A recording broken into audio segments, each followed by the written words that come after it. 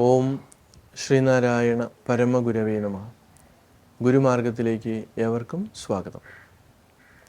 ശിവഗിരി തീർത്ഥാടനവുമായി ബന്ധപ്പെട്ട് പഞ്ചശുദ്ധിയെക്കുറിച്ച് നമ്മൾ ആലോചിക്കുകയായിരുന്നു.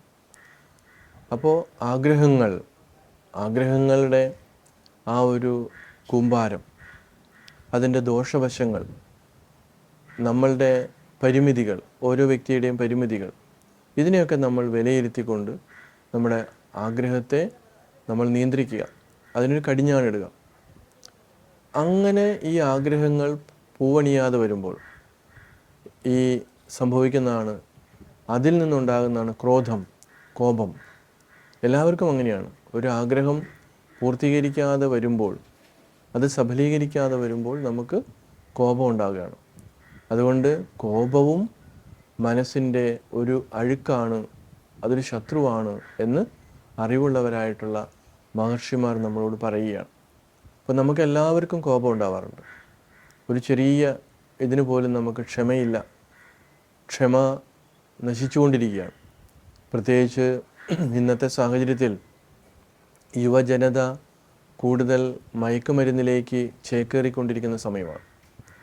അങ്ങനെ വരുമ്പോൾ ഈ ക്രോധം ഉണ്ടാകാനായിട്ട് ഭയങ്കരമായിട്ടുള്ള ചാൻസുകളാണ്.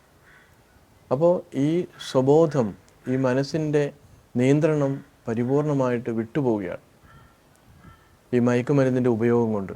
അപ്പോൾ ഈ മയക്കുമരുന്ന് ഇന്ന് ധാരാളം പേരിലേക്ക് അവരത് ഉപയോഗിക്കുന്നുണ്ട് എങ്കിൽ അതിൻ്റെ കാരണത്തെക്കുറിച്ച് എന്തുകൊണ്ട് മാതാപിതാക്കൾ ശ്രദ്ധിക്കുന്നില്ല എന്നുള്ളതാണ് നമ്മൾ മനസ്സിലാക്കേണ്ട ഒരു കാര്യം. എല്ലാ മാതാപിതാക്കളും വിചാരിക്കുന്നത് തൻ്റെ മകൻ, തൻ്റെ മകൾ ഇവരൊക്കെ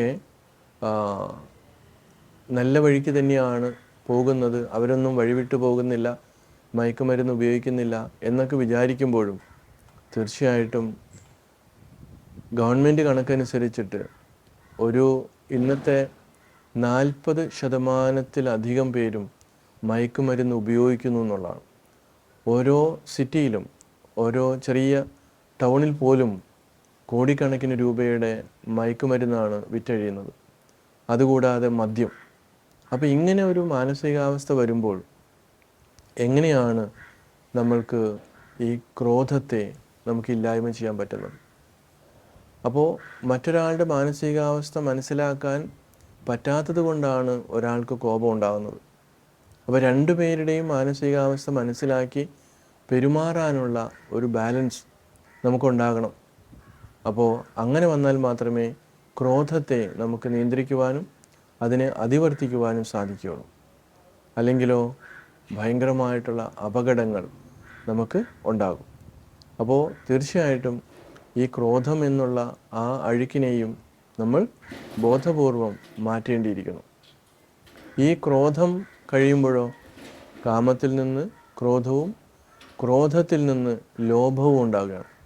ലോഭമെന്ന് പറയുന്നത് നമ്മൾ ഒരു പിശുക്കത്തരം, അവൻ മഹാലോഭിയാണ് നമ്മൾ പറയുന്നുണ്ട്. എത്ര പണമുണ്ടെങ്കിലും അത് ഉപയോഗിക്കുവാനുള്ള ഒരു മനസ്സുണ്ടാവില്ല.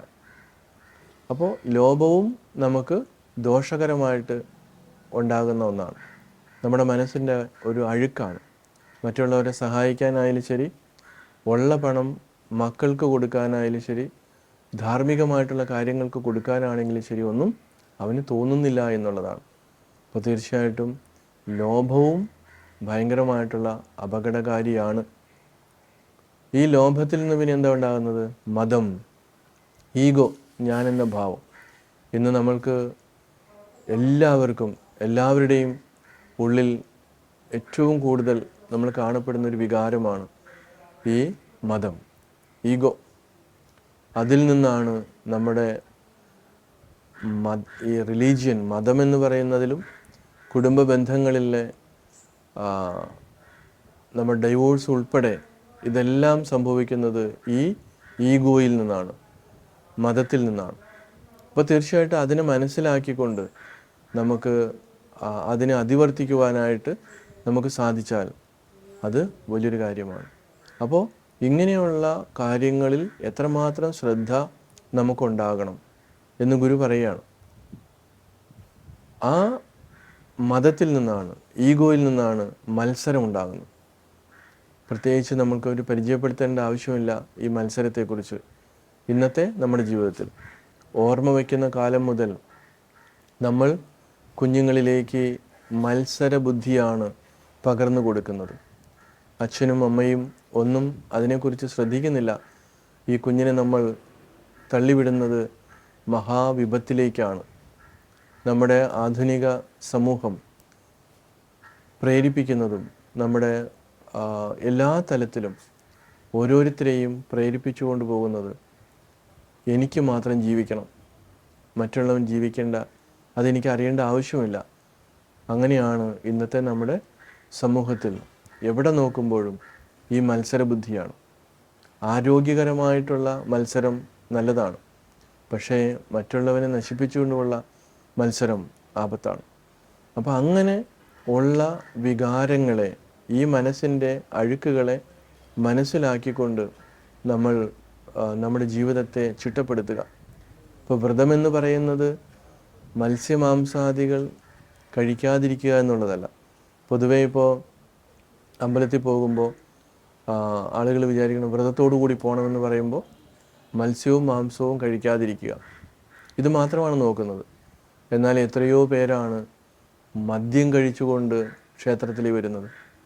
ഇപ്പോൾ നമ്മൾ മരണവുമായി ബന്ധപ്പെട്ട് അതിൻ്റെ ചടങ്ങുകളിൽ ഇന്നും വീടുകളിൽ ഒഴിച്ചുകൂടാൻ പറ്റാത്ത ഒന്നായിട്ട് മദ്യം മാറിയിട്ടുണ്ട്. ഇവിടെ നമ്മൾ അരുവിപ്പുറത്ത് നമുക്ക് കൂടുതൽ മനസ്സിലാക്കാൻ സാധിക്കുന്നുണ്ട്.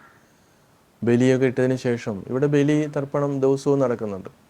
എല്ലാ ദിവസവും ബലിയുണ്ട്, മാസബലിയുണ്ട്, 41 ബലിയുണ്ട്, അതുപോലെ കർക്കിടകവാവ് ബലിയുണ്ട്, ആണ്ടുബലിയുണ്ട്. ഇങ്ങനെ എല്ലാ രീതിയിലും പിതൃക്കൾക്ക് വേണ്ടുന്ന കർമ്മങ്ങളൊക്കെ ഇവിടെ ചെയ്യാനായിട്ട് ധാരാളം ആളുകൾ വരുന്നുണ്ട്. ഈ വരുന്നവരിൽ ഏറ്റവും വിദ്യാഭ്യാസം കുറഞ്ഞിട്ടായിട്ടുള്ള ആളുകൾ, അവരിൽ പലരും ഈ മദ്യം കുടിച്ചാണ് ഇതൊക്കെ അവസാനിപ്പിക്കാനായിട്ട് അവർ നോക്കുന്നത്. അതേപോലെ തീർത്ഥാടനത്തിന് വരുന്നവരും, അവരിലും പലരും ഈ വണ്ടിയിൽ വെച്ച് ഇത് കുടിച്ചിട്ടൊക്കെ വരുന്നുണ്ട്. അപ്പോൾ ഇതൊരു വല്ലാത്ത വിപത്താണ്. അപ്പോൾ ഇത് വീണ്ടും നമ്മുടെ മനസ്സിനെ സങ്കീർണമാക്കുകയാണ്. അപ്പോൾ ഇങ്ങനെയുള്ള തീർത്ഥാടന സ്ഥലങ്ങളിലേക്ക് വരുമ്പോഴെങ്കിലും ഇങ്ങനെയുള്ള കാര്യങ്ങൾ ഒഴിവാക്കുക എന്നുള്ളത് നമ്മുടെ ഒരു വ്രതമായി നമ്മൾ സ്വീകരിക്കണം. അങ്ങനെ വരുമ്പോഴാണ് നമുക്ക് ആ തീർത്ഥാടനം കൊണ്ട് എന്തെങ്കിലും ഗുണമുണ്ടാകും. തീർച്ചയായിട്ടും ആ ഗുണമുള്ള രീതിയിലേക്ക് നമുക്ക് മാറാൻ ശ്രമിക്കാം. ഏവർക്കും നമസ്കാരം.